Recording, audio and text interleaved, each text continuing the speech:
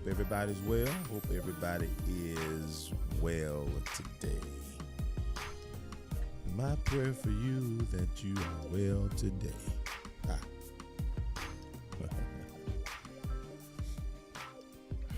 Hope everybody is all right. Come on in the room. Come on in the room.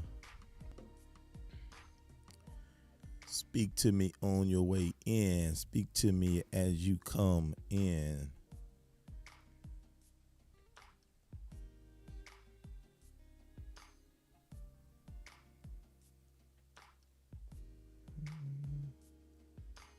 What's going on here?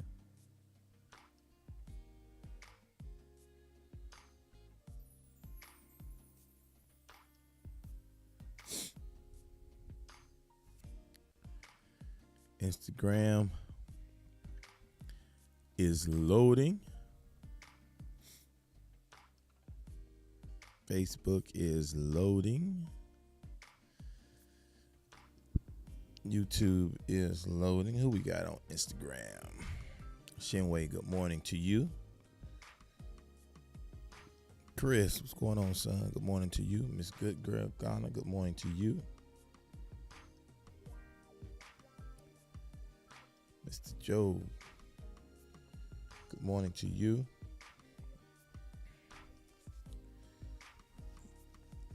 Good morning to you all.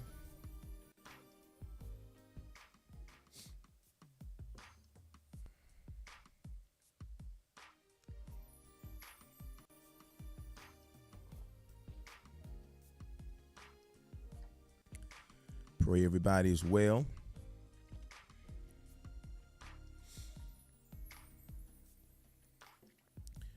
Pray everybody is well.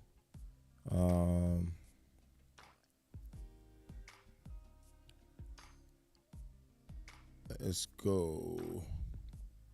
First in today, YouTube and Facebook platforms. Miss Monifa Angle, I love it. What up, Mo? Number 2 in Miss Valerie Benjamin. Number 3 in Miss Ernestine Long, God bless you. Number 4 in Mr. Brian Brown, God bless you. 5th in Miss Gwen Parsons, God bless you. Lady of distinction, what's going on? IG is getting up and getting in the building. Yep, y'all getting up and getting in the building. In the virtual building. Let me see what my YouTube family doing out here. Got my Facebook family up. Got my Instagram family up. Let me see what y'all looking like. Okay, I see you coming. You's coming.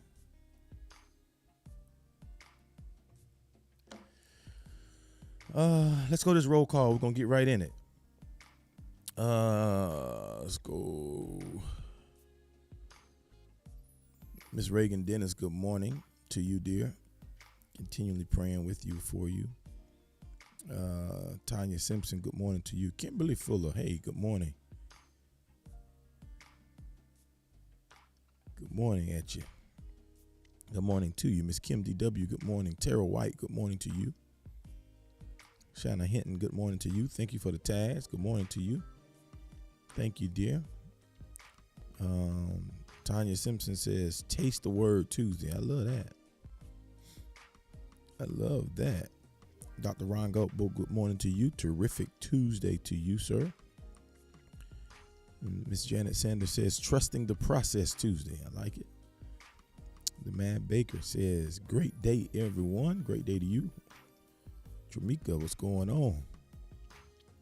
What's going on with you? Good morning. Quentin Tyler, good morning to you. DeAndre Brandon, good morning to you, son. Christina Lewis, good morning to you. Jen Henderson, good morning to you. Toy Campbell, good morning to you. Valerie, thank you for the tags. Tamiko Jones, good morning to you. Ashley Bowman, hey. Miss Desiree Smith, good morning to you.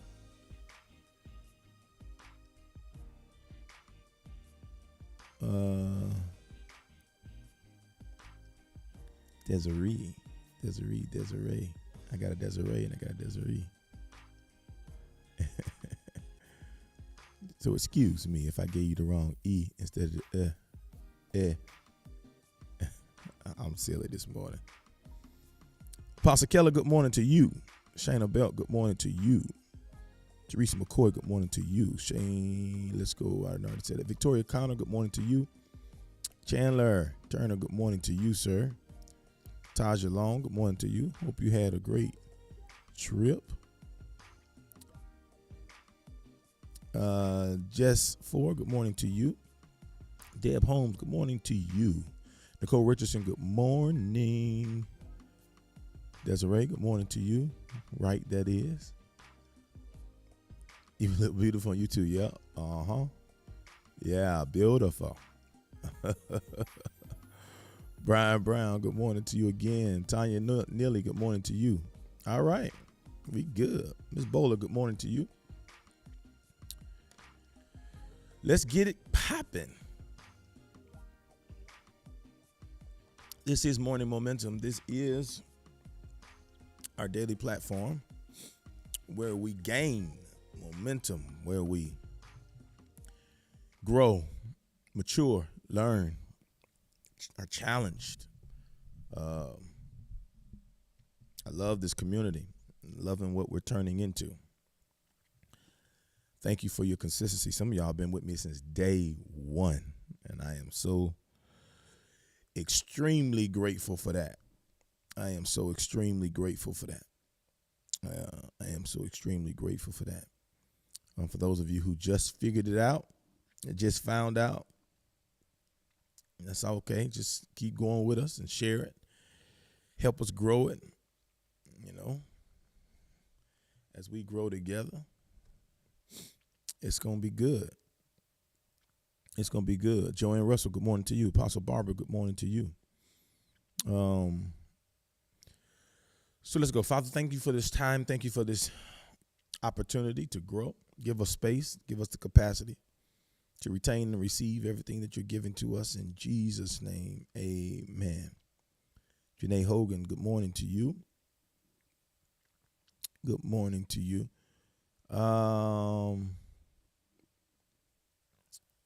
Let's go. So this is day 16. Some of y'all have already started to name it. If you haven't started yet, name it and claim it. Name it and claim it. I don't know where that started at in the church, but name it and claim it. Pastor Faye got boat. God bless you. Auntie. Pleasure to have you. All right, we're in day 16. I want to start with this proverb, Proverb 22. Proverbs 22 and 29. I want to read this one verse and talk about it Tuesday. I like that. Desiree, I like that. Talk about it Tuesday. Moni Unique. All right. God bless you. Morning Momentum is the place to learn, grow, and sip. That's right. That's right. Listen, y'all got to start getting y'all some stuff to sip on too. So with y'all need a sipping moment, you need to say, Pastor, I'm sipping with you. Y'all get you something, tea. You on the fast, you can't have nothing but organic tea right now. Or some hot 100% organic apple cider. You can sip on that. That's hot. Or you can do some hot lemon water if you don't like tea and if you don't like apple cider. Or decaf. Just can't put don't put no dairy in there. Don't put no sugar in there. Sugar sweetener.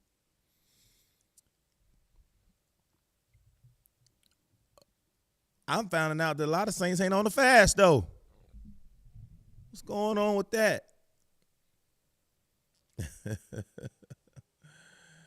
That's a whole nother story.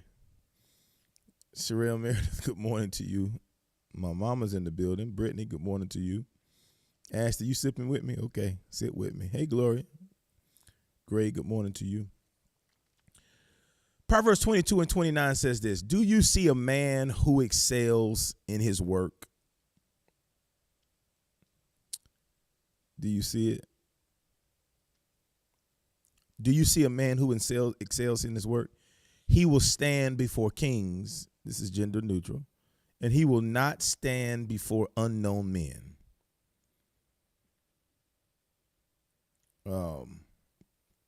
That same word, that scripture in the Message Bible says, observe people who are good at their work.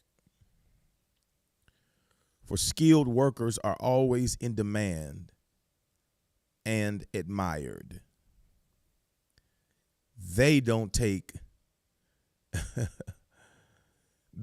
a back seat to anyone. Apostle Keller, yeah, that's right. I could believe it.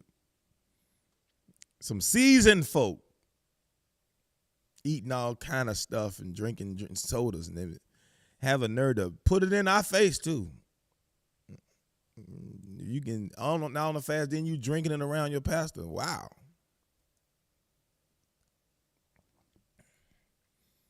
I heard somebody say that. Nah, I'm okay. I don't need to fast. Woo! I went to praying right then. Good morning, Pastor Timothy Bates. Oh my Lord, Elder Sanders, I'm still. I don't know. All I can do is all I can do. Pastor Gabo was what some people don't want to go as far as others. That's right. That's so you own it. You are on it. That's the old Proverbs say you can lead a horse to the water, but you can't make him drink. You can't make him drink. Zandra Bryant, good morning to you. Elena Kelly, good morning to you. Yeah. Yeah, drink some water, Apostle Keller said. We all do that. Uh-huh. Yeah, agave. Yeah, that's right. It is. Agave or natural honey is the answers. Anything all natural. Jen says, I'm ready for my after results. I know that's right, girl. I'm about to put my hands up with you. Quandra, good morning to you. Proverbs 22 and 29, man, the Message Bible says, observe people who are good at their work. Skilled workers are always in demand and admired. And don't take a back seat to anybody. I told y'all yesterday that, I am adding this, I'm building on, of course, the foundations of why we fast. I'm adding on to understanding what a consecration is, because I'm putting together something here that's going to be a tool for us to use going forward, for you always to go back to and reference whenever you feel the Lord is taking you personally on a consecration. So we talked about the components of understanding a fast as it relates to just a diet. And we talked about understanding the importance of consecrating yourself in that way. No frivolous activity, nothing, too extravagant. You are consecrating yourself. You are focusing in on purpose. Adding prayer to that. We talked about the importance of prayer with our fasting. Some things come only but through fasting and prayer, right? And then we talked about getting focus and understanding focus is a major part. And whenever we're going to have focus, we have to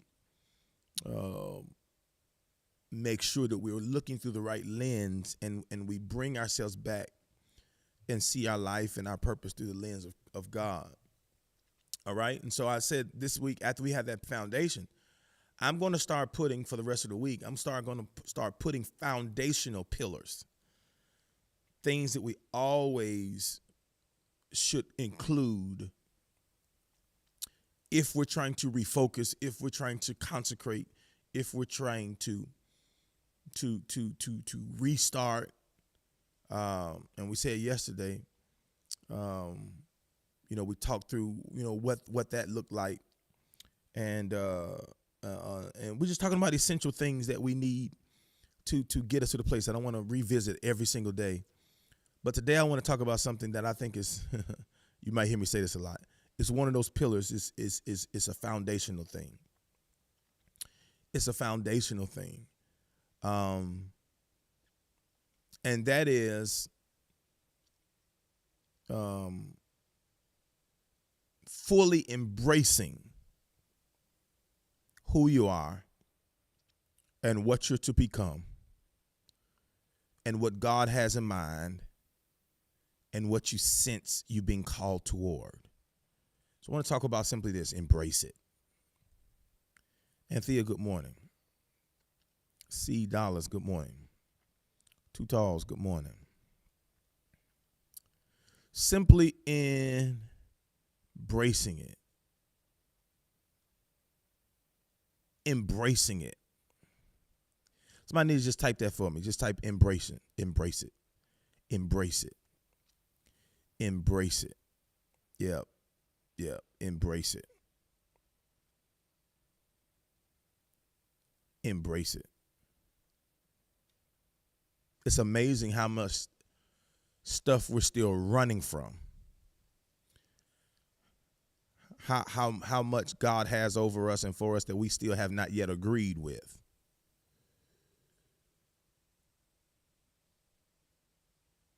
Okay, let me say it like this.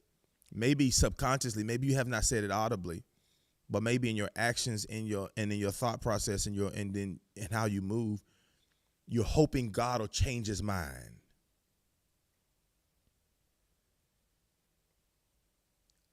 You haven't really fully saw yourself like others around you see you.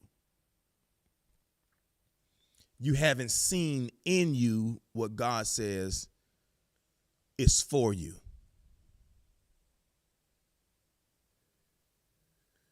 And it causes us to play it safe when we do that. It causes us, hear me, to live in the shell of our potential.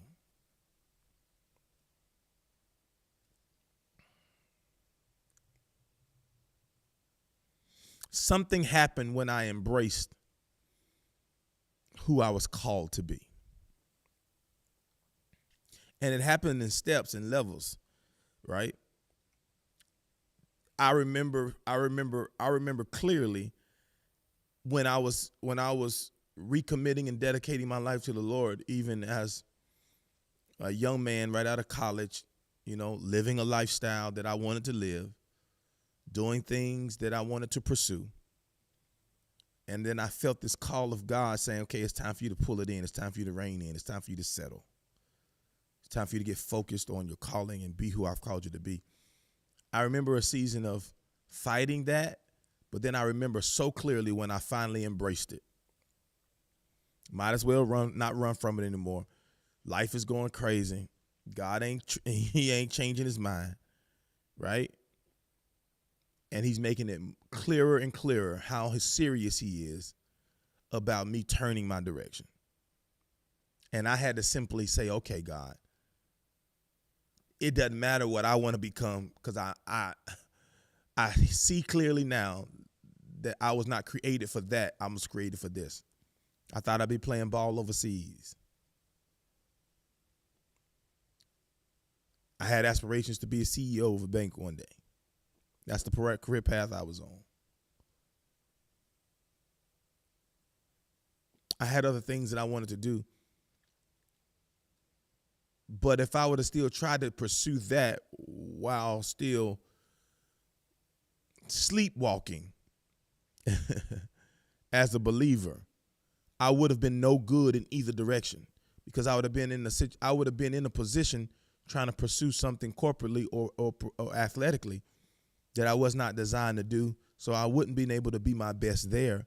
And then I couldn't be my best in the field I'm supposed to be in, because I got one toe in it and not really throwing who I am into it to become it. And so you're living life on this fence of not really experiencing any kind of success that you need, or the success that you need or you could experience, because the places you are in, there is no grace for those places.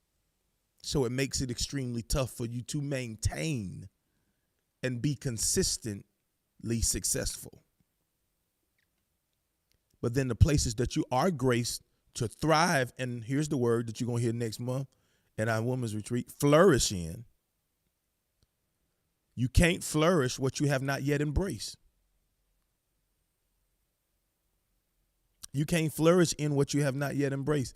And I'm telling you, until we embrace who we are, we can't work on us to perfect the supernatural gifting that God is putting us. Just because he gives us an ability that we don't have to practice or work on to do, we still have to perfect that natural ability to become excellent at it.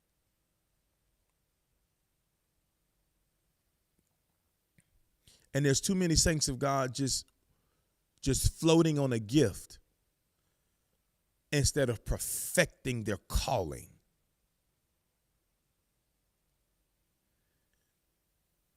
I've always had the gift of gab. My wife laughed, my kids laughed, because I was when I had the privilege of eulogizing my coach and my mentor a couple weeks ago. Some of y'all may have heard me say this before. One of the reporters from the Winston-Salem Journal who covered the basketball team has been over 30 years ago, or 20 years ago from us, but he's been in the journal for the Winston-Salem Journal almost 30 years. He looked up at me when he was having comments. He's like, I never knew Bradley would be a preacher. He said, but I knew he would do something that had to do with talking, because he always had something to say. Right? That was a gift.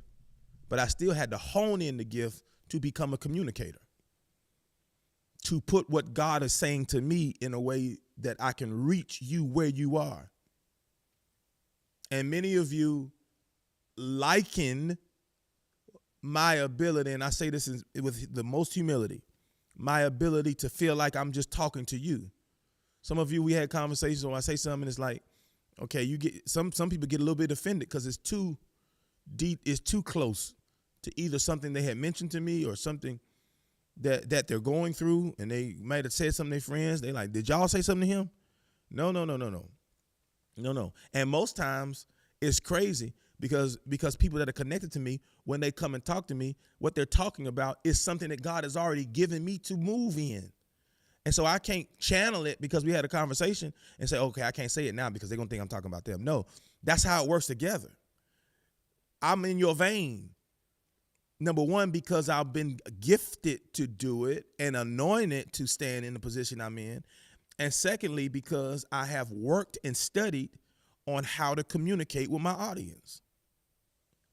To put something that might be up here in a way that is right where they are.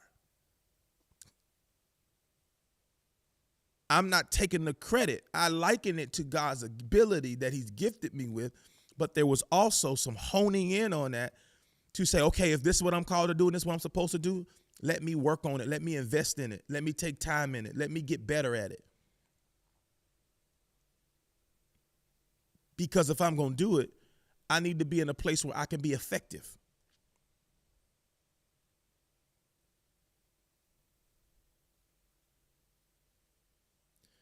And I watch people sometimes that sit in our seat, and you can tell if you're not careful, when people have a gift, that they're more comfortable in their gift than their skill. They'll rush the skill moments to get to the gift. You know, have you ever seen somebody who has a real strong prophetic or deliverance ministry? They'll fumble through the word to get to the deliverance part, to start praying for people or laying hands or prophesying. Because that's what comes easy. But the study in the notes and to give somebody a sound word takes work.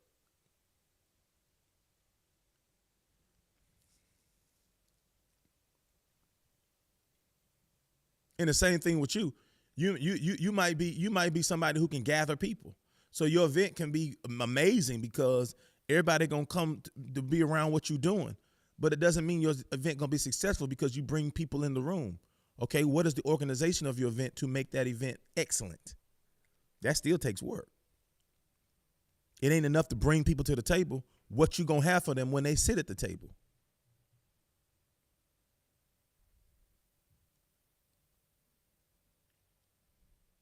Here's what I want to talk about, embracing it, because when we are presented with open doors that God opens for us, sometimes we tend to feel that supernatural favor will keep us there. That the supernatural favor that opened the door, come on somebody, will keep us in this new God move or this new God moment.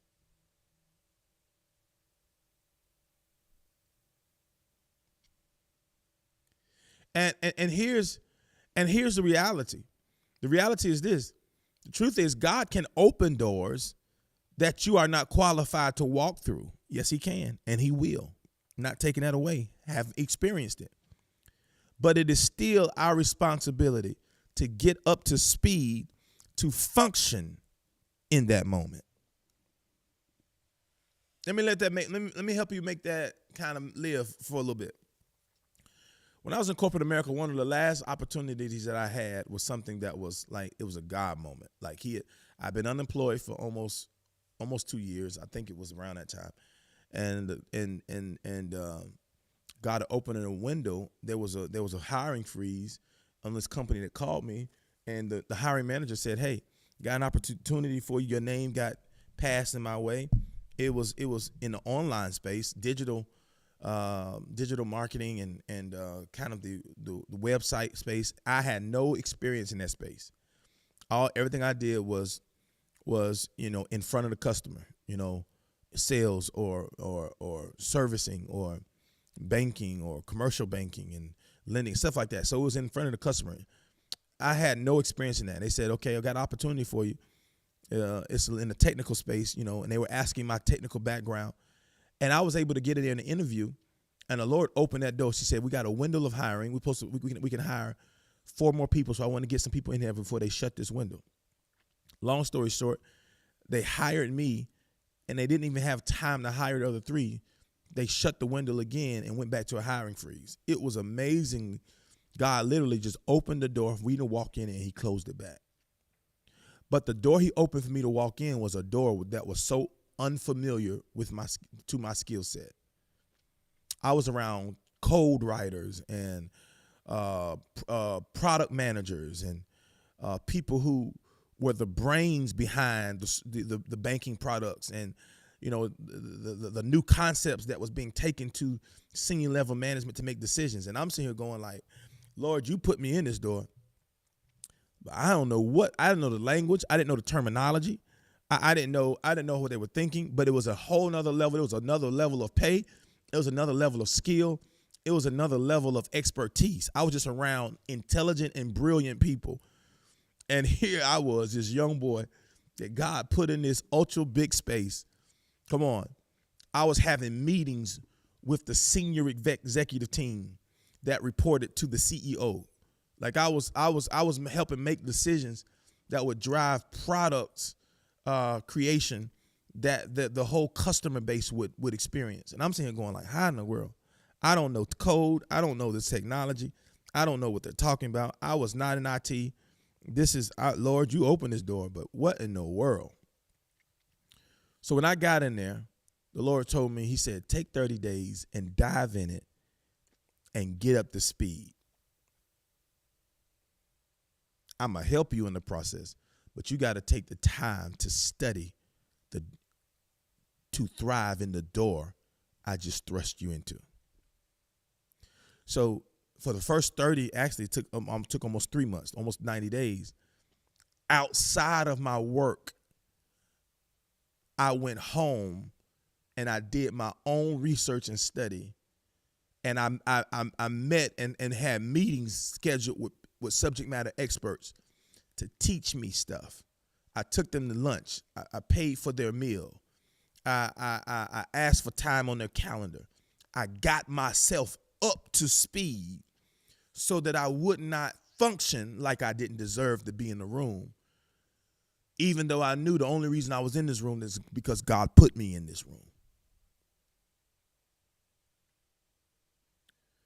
And so it was a miracle to get there, but it was my commitment to my skill and to my knowledge being increased that kept me there.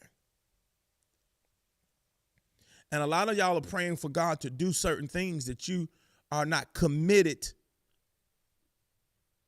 right,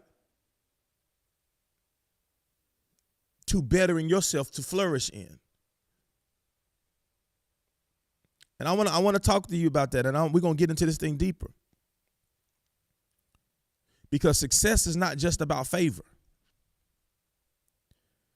but it's about being skilled to function in the new opportunity. It was favor that they chose you over the other candidates that were just as qualified, that were probably more qualified. It was favor.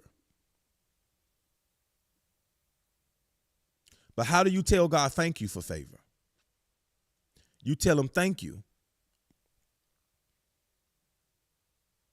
by taking advantage of the opportunity and thriving in the space, because you know you've been given an opportunity that you might not have earned, but you ain't gonna never let them regret it.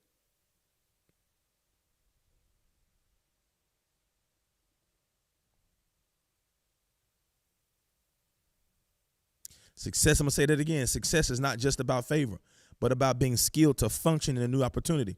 When you find favor with people, this is one of these principles, these kingdom principles. It's gonna help you in business. It's gonna help you, come on, somebody, in career. It's gonna help you in ministry. It's gonna help you in every area of your life. You need to understand this. This is the expectation of those that call for you. If you ever get this, it doesn't matter what capacity people call for you. This is the expectation that people have when they call for you. Let me let you in on something that'll change your life if you let it resonate in your spirit. Listen to this. When you find favor with people, or when you find favor with an organization, it is always about your potential to become.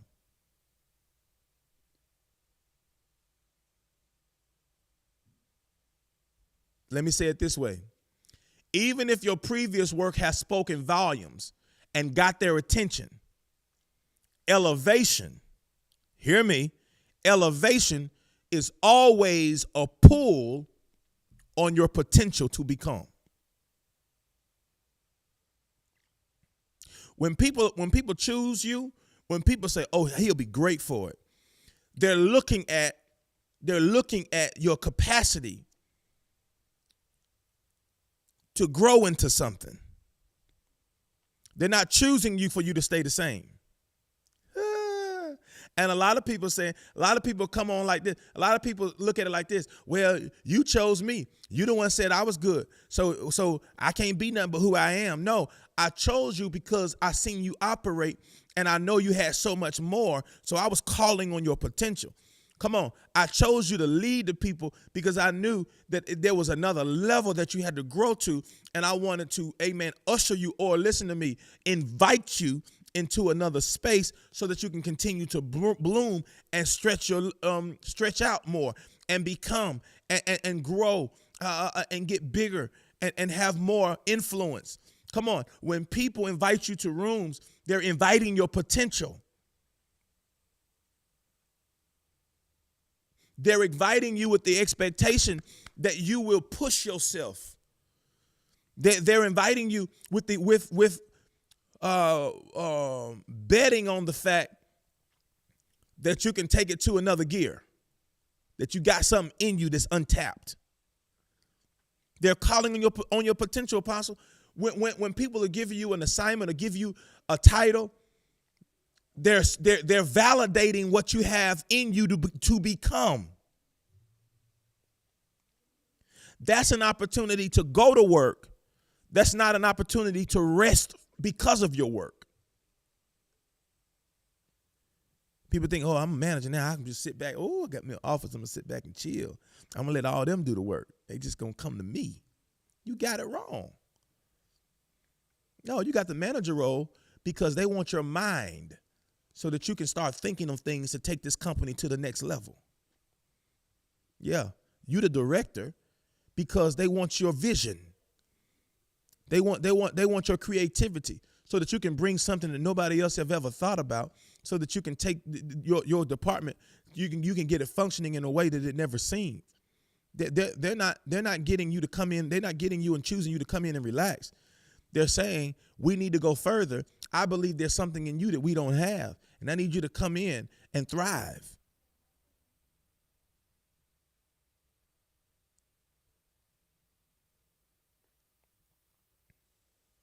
And a lot of us get promotions and get opportunities and are called out and then make excuses.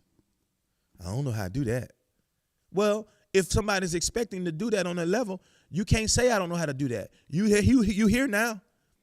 You got to embrace this thing. You better figure out how to do it.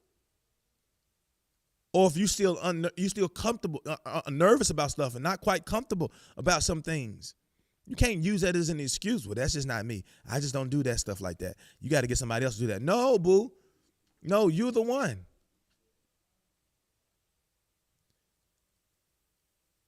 We saw you. We know what's in you. Come on, we believe in you. But you've got to take this thing to another level.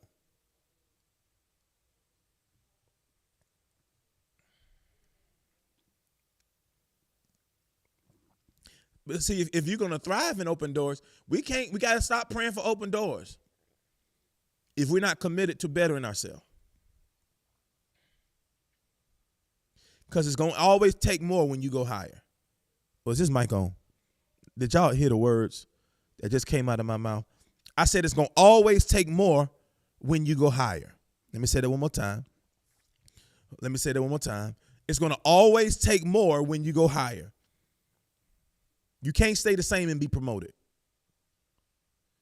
No, you can't stay in your same comfort zones, and you can't stay, in your same ruts and your routines and your non-negotiables, and your closed-in fences and your walls being up. But if you want more influence, oh Lord, even my control room screaming at me to get off their toes. Come on. If God's going to commit to you, you've got to commit to you. We want God's commitment to our future. But how many of us have given our own commitment to us? Come on now. Come on. What have you focused in and says, I'm going to beat this. I'm going to learn this. I'm going to get better at this. Or are we sitting back saying, ain't nobody tell me, ain't nobody teach me, ain't nobody show me how to do that? Come on. They just put me here, but they ain't show me what I was supposed to be doing. Well, they put you there because they thought you had the capacity to figure out what to do. Did they get it wrong? Do they need to find somebody else? Did they give the wrong one the raise? Oh, Lord. Come on now. Oh, let me sit right here to give y'all a chance to. Did they give the wrong one the corner office? Oh, I thought you had creativity in you. I thought you was a critical thinker. I thought you was spirit-led. I thought you had discernment. I thought the creator of all things was operating in you. I thought you was the one I can just give my vision to and hand the assignment to, and you could take it to a level that I couldn't even think about. Oh, I thought it was you. Maybe I need to be looking for somebody else. Or maybe I need. We don't want to hear God say that. We don't want to hear our employer say that. We don't want to hear our mentor say that. Nobody wants to hear, oh, I thought it was you. I'm sorry. Maybe I got the wrong one. I thought you could handle a team. I thought you knew how to motivate people and pull the best potential out of them. I'm sorry. I thought there was something better in you. I thought you never saw a challenge you ran from. I'm sorry. I must have got the wrong person. Ron Overton, I like that. He said, it's me. Some of y'all need to type that. No, you got the right. Tell him, come on, speak into your future. No, it's me. It's me. I can handle it. I love that. I got it. I can figure it out. I'll embrace it.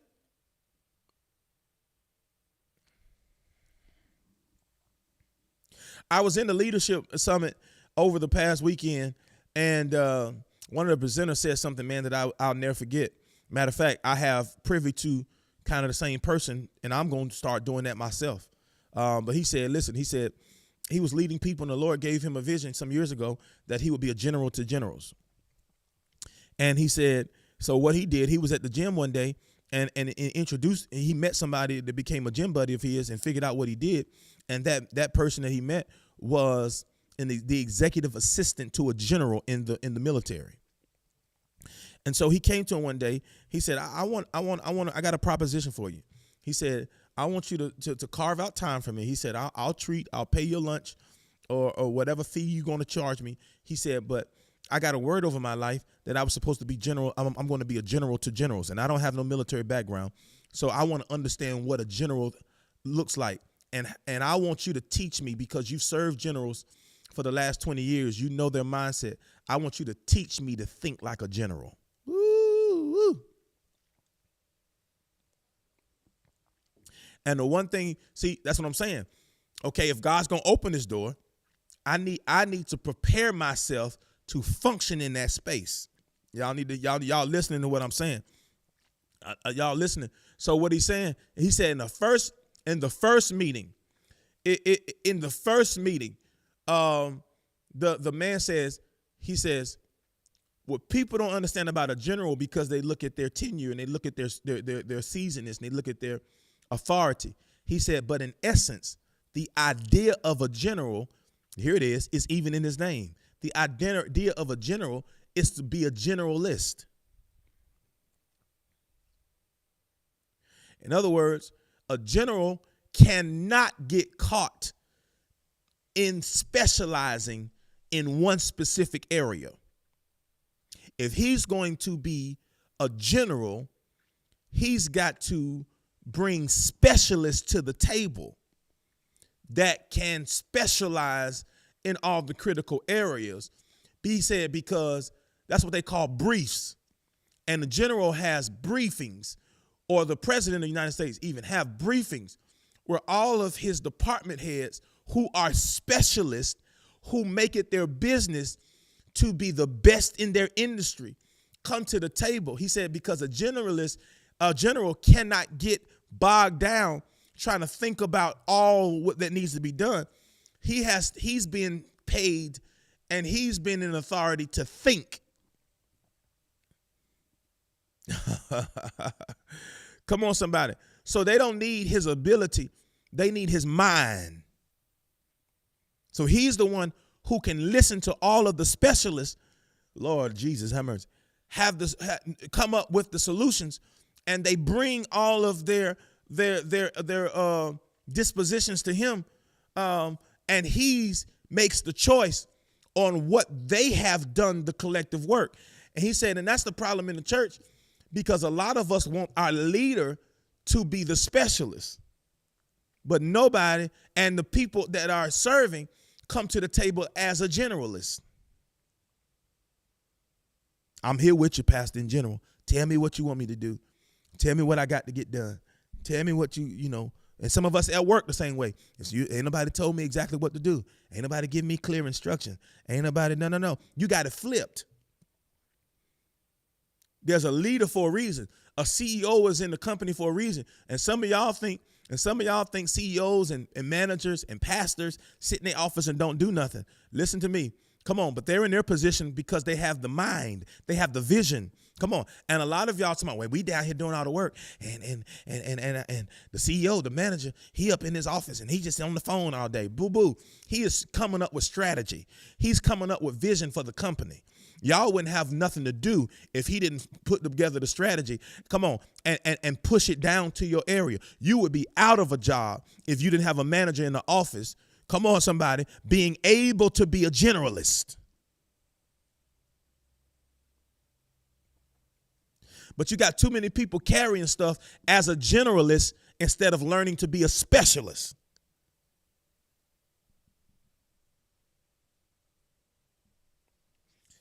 And I said, it's killing. I sat in my chair and almost cried. And my leader's gonna hear this. I'm gonna teach this, because that has stunted, I believe, our productivity.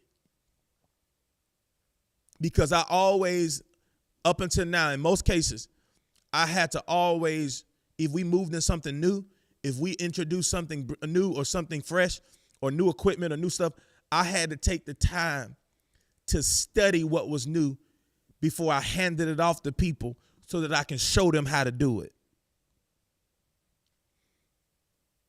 And people were just functioning at the level that they've been shown, instead of embracing where they've been placed and becoming a specialist on their own. Oh, let me just. So I ain't had no space to really be a general. I ain't had no space to really free my mind and think about what's next for us and where we going and what God is turning us into and where we shifting, because I'm trying to figure out people's jobs so I can keep them interested to stay.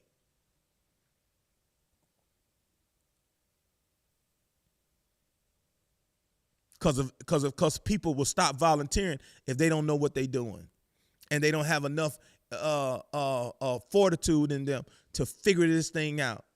I remember hearing a pastor say, Ivy Hilliard says one time, he was building his ministry, and the Lord told him one of his people on his staff, one of his leaders on his staff who had no construction experience, he said, that is your general contractor. They building a 5,000-seat auditorium, and God said, go tell him he's your general contractor. That man didn't know nothing about construction. He said, I'm giving you 30 days to get some information on it. We're going to pay for you to get your general contractor's license. He laid his hands on him and said, God's going to anoint you. He said, but you got 30 days to come back with me with a brief and a plan of what we're going to do, and then we'll move from there. Ooh, now he's the general contractor over all construction, over all of his properties and all of his churches. Are y'all listening to what I'm saying? Are you okay just being a generalist? Are you okay just knowing the little bit that you know, knowing that there's more for you to learn, and knowing that if you don't learn it, y'all can't go no further? But because it's so intimidating, you stay in your little comfort zone doing what you know how to do. And don't nobody better not push you out of your little space, because that's just too much. I just stay here, get somebody else to do that.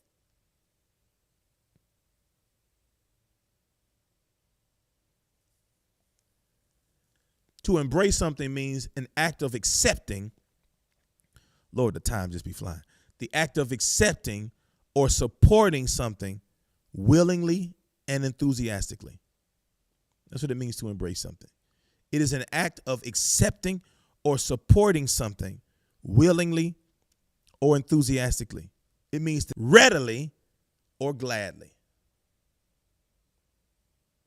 It means to take something up readily and gladly. It means, Pastor, I got it. Don't worry about it. I figured it out. I appreciate the opportunity. I won't let you down. I'll have something for you in 30 days. We'll do some research on it. We'll be ready to launch in 3 months. And you may be saying it at a place where at that moment you'll know nothing about it. But that means I've accepted this door that my pastor thought I had it was in me, the potential to be what it needed to be. Because I told you, elevation always pulls on your potential. You need to be that way at your job. Boss man, I got it. Yep, I'm going to figure this out. Yeah. If you give me the opportunity, I promise you.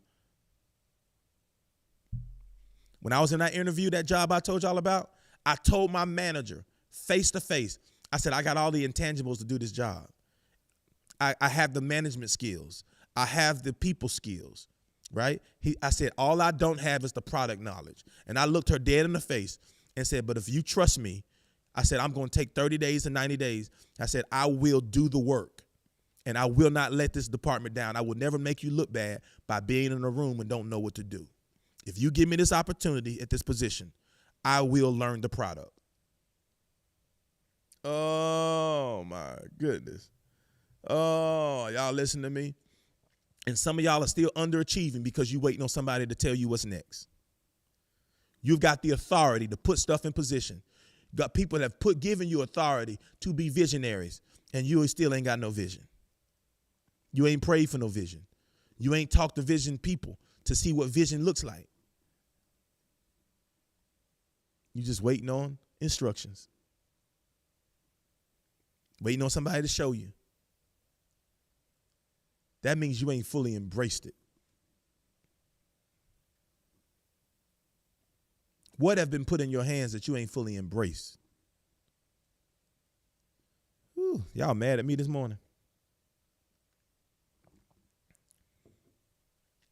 You got to embrace fully who you are. Embrace who you've been called to become. Because God didn't just call you to operate as you operate now. he's also calling you to become something. And if you're going to embrace who you are, and if you're going to embrace who you're becoming, you got to embrace what that means. What does that mean if I'm going to embrace who I am? I got to embrace also what it's going to cost me. I've got to embrace what it's going to take. Because if I'm going to get better, it's going to cost me something. If I'm going to focus on something more, it's going to cost me some lack of focus in something else. Ooh, I can't focus on something without something else getting out of focus. What is going to be the casualties of this decision? You got to accept that. You got to embrace that.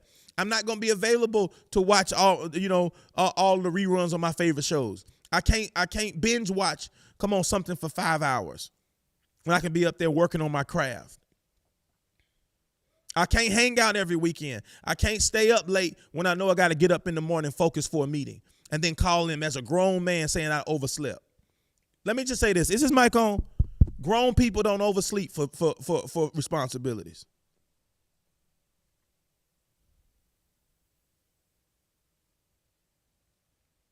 They do that at 13, 12, 14, 10 when they still used to mama coming in there and shake them.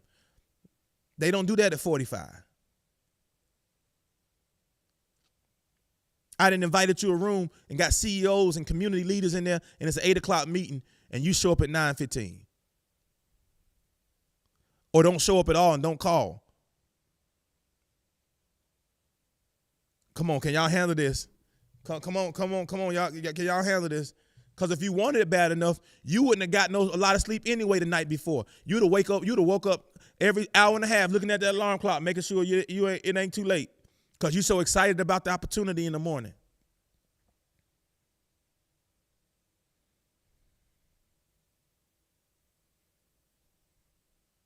You got to fully embrace it.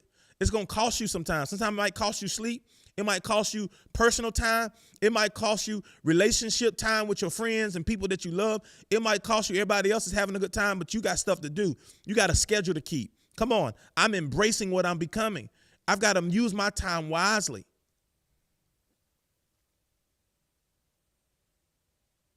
I'm going to give you 4 things I'm just going to briefly talk about them. I'm going to get you out of here. Number 1, you got to own it. What does it mean? To embrace it means to own it. Own it. Own it. To take ownership, it may sound like, hear me, it may sound the same as embracing it, but the two are different. Embracing something and taking ownership of it is 2 separate things. They are succinct. In other words, they are connected, but they are not the same step. To embrace something just simply means to identify with it. I embrace who I am. That means I'm no longer trying to fight you or trying to make excuses for it, or I will answer to it. But answering to it, it is the first step. But to embrace something is to identify with it. It is the first step, but it doesn't necessarily mean you're going to be great at it. Just because you identify with being a speaker don't mean you're going to be a great speaker. I just identified this is what God called me to be. I embrace it. But that doesn't make you good at it. To take ownership or to own it means that you now take a stake and responsibility in its outcome. So if I embrace that God wanted me to become a pastor and become a communicator, I embrace that this is the call for God on my life. But when I own it, that means I have a level of responsibility in making sure I'm successful in that I can't just put that all on God. I take some ownership to say if I'm going to be a pastor and a speaker, I want to own the fact that my results are a reflection of my preparation.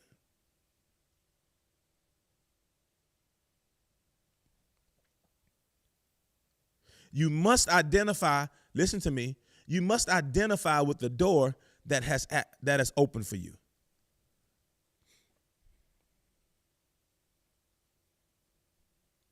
Wow. I got the general manager of the store. Okay. How do I own it? How do I embrace it? Number one, I embrace the fact, man, I'm the manager. I embrace that. Now, how do I own that? I got to come to the realization of this store's success is based on my preparation and my decisions. So it's a great thing that I'm the manager, that I embrace that.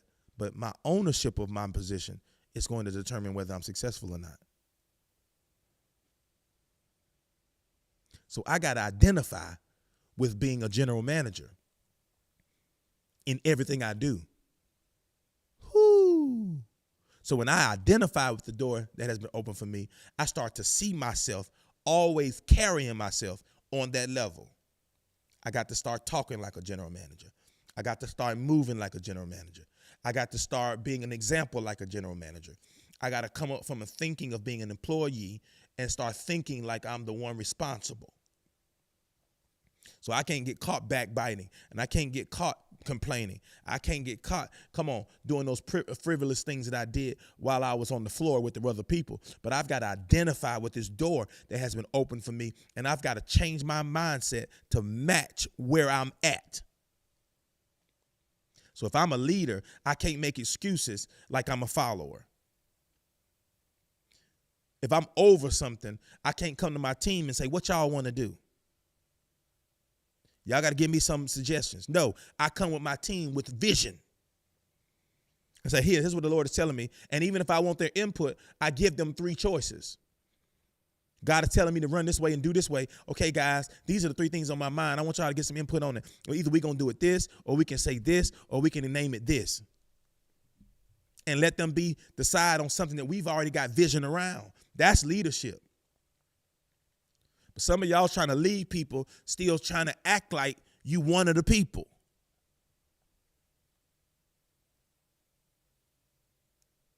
Are you identifying with the door?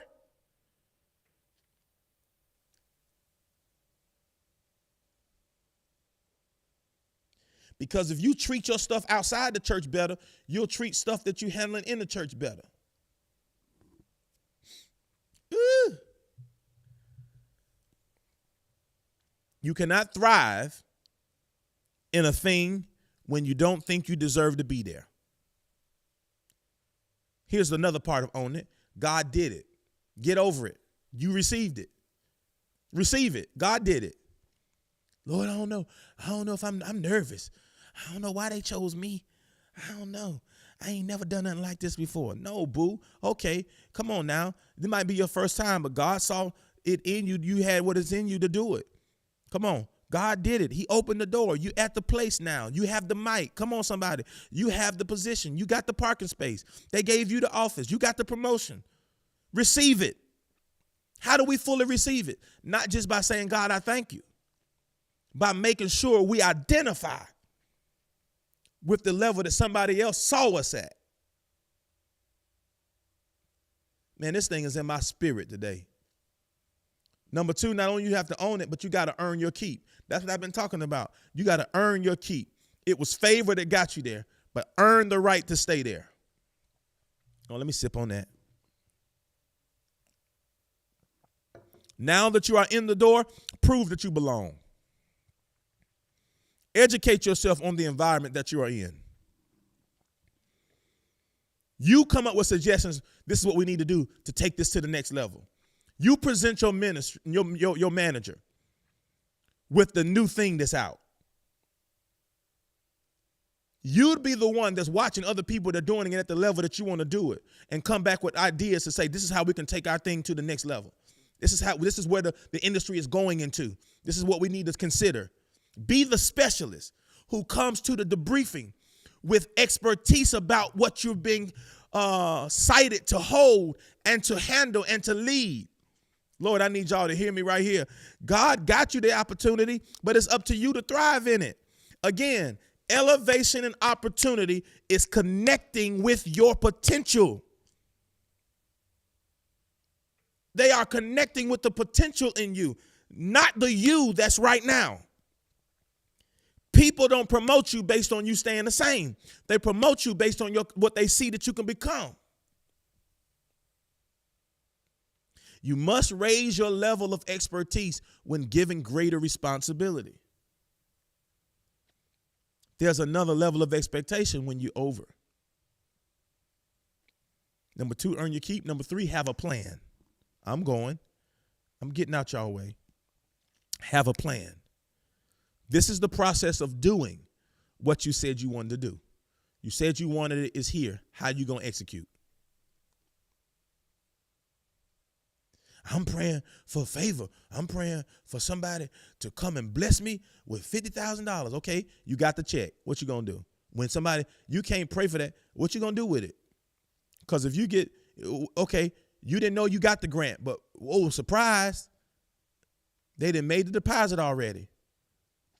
And some of you, sometimes if somebody will give you what you prayed for, you'll be stuck because when you get the money, the time is ticking. If you're getting grants or you're getting an investor, they want a timetable on their return, or they want a timetable to show them what you did with what you got. Yeah. God answered the prayer. Now what you going to do with the answer? What's your plan? What's your plan? Because if you get a grant for $100,000, they're going to say part of the grant reward. You got 12 months to use this. If you ain't got nothing in place, you got to figure out a process.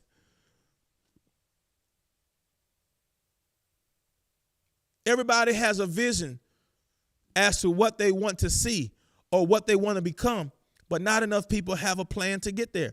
A plan is the details of how you are going to do what you need to do. I know you need to do it, but how you going to do it? I just need to get my license and get this. Or for what? What you going to do with it? And you know, this is the January, and this is the time that everybody's got these new resolutions. I'm going to pray more this year. I'm going to pray more this year. Okay. Now you already busy. You already wake up sleepy. You already go to bed late. So how you going to do it? What's your plan to get more prayer? What's your plan? Is it to get up 30 minutes earlier? Is it to take 30 minutes off of your lunch break, eat for 30 minutes, and then go somewhere quiet and pray? Is it to come home and intentionally go to your room and tell your kids, okay, give me 30 minutes before I come out and start dinner? What's your plan to pray more? Because if you just say, I just want to pray more this year, you're going to be at the end of the year saying you ain't prayed more, not one bit, because you ain't had a plan. I want to get closer to God this year. What does that mean? How you going to get closer to God? How you going to do it? You can't just say, I just want to get closer to God. What's the plan to do it? Are you going to commit to going to service every Sunday unless you're sick or have, another vacation or something planned? Are you planning to say, I'm going to at least make 2 Bible studies a month? I'm going to make it my point to get up and get on that 5 o'clock prayer call and then get on Morning Momentum and just going to push through that before I go to work. What is the plan to get closer to God? Because you can just say, I just want to be closer to God. But if you ain't got no plan to fit new things in your process, you just saying stuff. I want to be more committed. Okay, how you going to be more committed? What's the plan to become more committed? You got to create those steps. You can't be more committed, but then say when Wednesday night come or the business meeting you're supposed to be there, I just don't feel like it. I'm just going to tell them I'm just tired. I just ain't going to make it tonight. What is the plan? I want to build my brand this year. Okay, that's a great solution. Oh, that's so good. What is the plan? What is the strategy? What have you written down? What is your plan to see what you saw?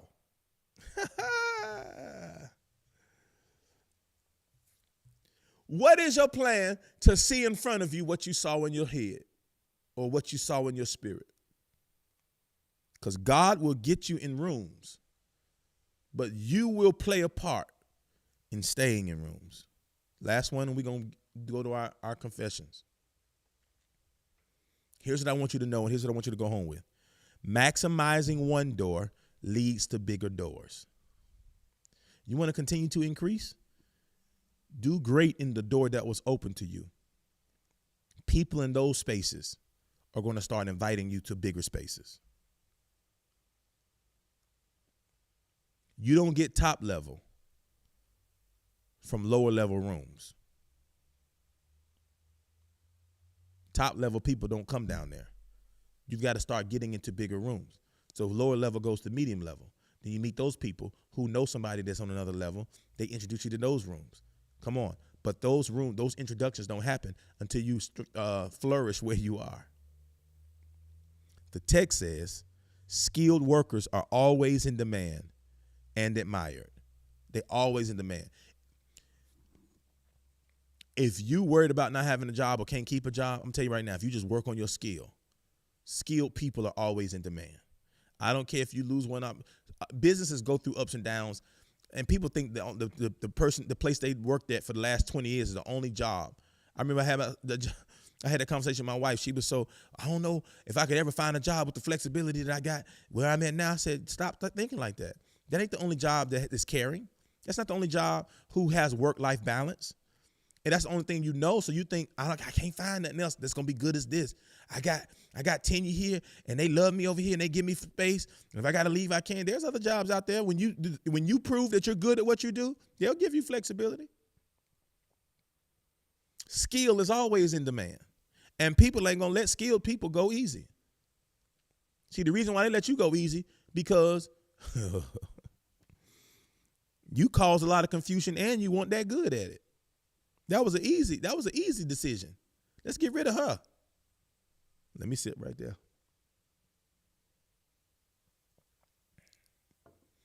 But even when you got emotional things you got to work out, if you're good at what you do, they're going to keep giving you another chance. Now we got to fix this now. I don't want to lose you. I don't want to have to let you go. Come on, please just calm down. But let you act a fool and ain't hardly no good at it. Go ahead, goodbye. Don't let the door hit you where the good Lord split you. Let me see your head get small. Because you ain't even worth the confusion.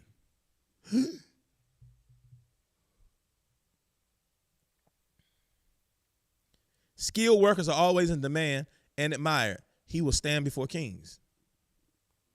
Listen to me. The hand of God, listen to me. Listen to me. Like Pastor Keller say, listen.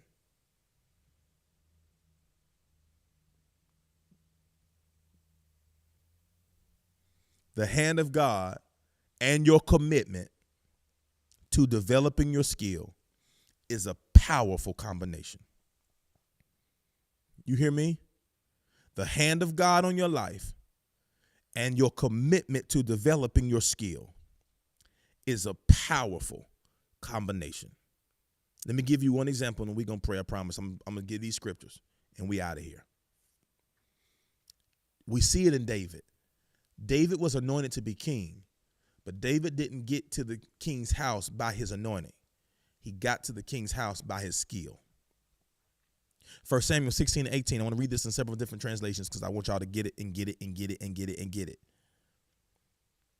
1 Samuel 16:18 says, then one of the servants, this is when they're calling for Saul to get somebody to soothe him because he's being tormented by these spirits. This is when God's spirit left him and went on David.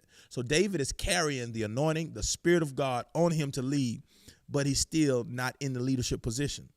Listen to what happens. One of the servants answered and said, look, I have seen a son of Jesse, the Bethlehemite. The Bethlehemite, there it is, who is skillful in playing, and also a mighty man of God, a mighty man of valor, a man of war, prudent in speech, and a handsome person, and the Lord is with him. Let me say it again before I get my point. New Living Translation says, he says, I know a boy. He is a talented harp player. Not only that, he is a brave warrior. He is a man of war and has good judgment. He is also fine looking, and the Lord is with him. Okay, y'all need another translation. I know a young man He spoke up. I know somebody. I've seen him myself. The son of Jesse, an excellent musician. He's also courageous, of age, well-spoken, and good-looking, and God is with him. Okay, I got one more for you. I know somebody. He's a skillful musician. He's brave and a competent man, a warrior. He's discerning, means prudent and eloquent in speech. He is a handsome man, and the Lord is with him. Why am I saying this? Because favor is not always enough when you don't develop the skill set to maximize it. All of these people said, and the Lord was with him last, but it wasn't the first thing that got their attention. He was well spoken. And some of y'all saying he was handsome. Well, some of us have different, we come up with different quality of looks, but all of us can present ourselves in a way that we know who we are. There's so much help out here. I ain't gonna get into that. That I don't care how you look physically, there's a way to present yourself like you got it going on. All we got to do is care about it again. You wearing slippers and y'all, you wearing bedroom, you wearing flannel, pajama pants in public, hair up. Come on, that ain't CEO. Okay, let's move on. He had all these other qualifications going. He's skillful. He's discerning. He's prudent. Come on. He's knowledgeable. He's courageous. And he's anointed. Timothy 2:15. Give diligence to present thyself approved unto God, a workman that needeth not to be ashamed. Listen to me. People who lean on favor only. People who lean on a gift only usually live their lives overwhelmed. That's worth sipping. That's my last sipping moment. You always live your life. Oh, it's just too much. Oh, I got so much on my plate. Oh, Lord. Because favor got you in a room where you never came up to speed to. I can't figure this out. Oh, it's just too much. Oh, my God. They just want somebody. No, won't nobody leave me alone. No. You can't embrace this, or you can't embrace the air. See, elevation is a different kind of air that everybody can't breathe. That's why when you go to elevated climates, you have shortness of breath because it takes a different kind of person to breathe in that high air. Are y'all listening to me? And so God has opened some doors to some spaces, and he intended for you to keep growing. But no, you got in there and just been walking around like you anointed. And you wonder why it's always too much, because your skill set ain't made where you have been placed easy yet. Woo! Have you ever seen somebody who do what they do and make it look easy? Oh, my Lord. On the basketball court, they make everything that's difficult look easy. On the football field, they do a move and everybody say, oh my God, that was so smooth. But they made it look easy. You want to know why? Because they've practiced and got themselves to a place. They've done it over and over again where it's not overwhelming. Performing moments. Why? Because it makes it look easy. Why? Because I've worked on my skill. And you trying to do everything you can to swim in deep water.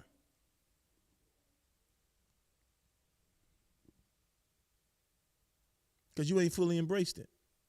I know you fully embraced it when I seen you do the work to learn what you need to learn, to do what you need to do, to maximize your potential in where you've been placed. And it's time for you to embrace it. It's time for you to understand the assignment and become a subject matter expert. Become a specialist at what you put your hands to.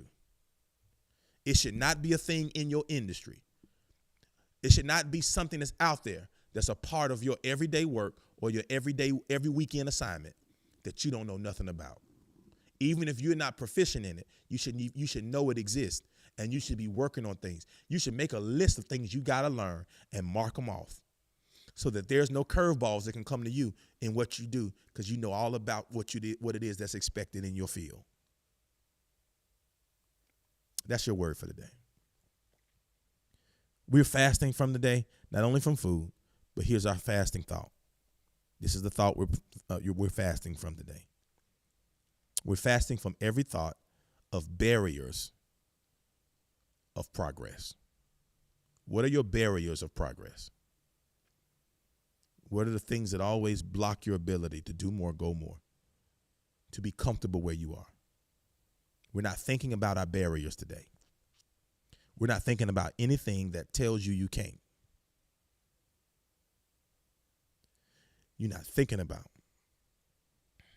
Apostle, that's so good. I like that transparency. And I like this coming from you because you're already a prayer warrior. But here's what I'm saying. I hear the Lord. But when you do that, see, that desire that was in you is because what he wants to do with your prayer ministry. See, it's a difference in being a prayer warrior, but turning into a prayer consultant, where you start to teach people the posture. You start to build prayer ministries at other places. And when you become that, an expert, not only in what you do, but being able to explain and break down why you do what you do and what happens when you do what you do, now you become a person that people can bring in to help establish their prayer team. And you make a whole nother realm available for what God has commissioned you to carry. That's a great example. You can be good and proficient in where you are, but it does not mean God has another level to take what he's put in you. And we should all have that same prayer about what she just said. Like me, I got to pray and I got to focus on how can I be a better leader? How can I be a better pastor? How can I push vision? How can I be better at communicating the vision? How can I get people around me to embrace what it is God is wanting to do instead of fight it? So I don't care how good I get the accolades of, Pastor, you was good today. I enjoyed the word, all this stuff. No. There's still a level of drive in me that says I got to get better.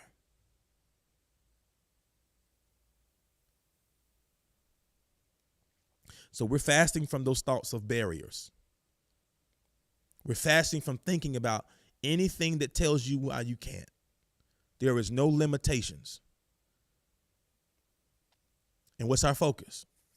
So when we fast from those thoughts, here's the things we're replacing it with. Today, I want you to focus on your potential. Dream. What do you have the potential to become? What is it that you would look like if you put everything you got into something? What do you think that would be the outcome? What do you think your potential is? And once you have those kind of thoughts, let's identify areas of improvement. And let's do the work.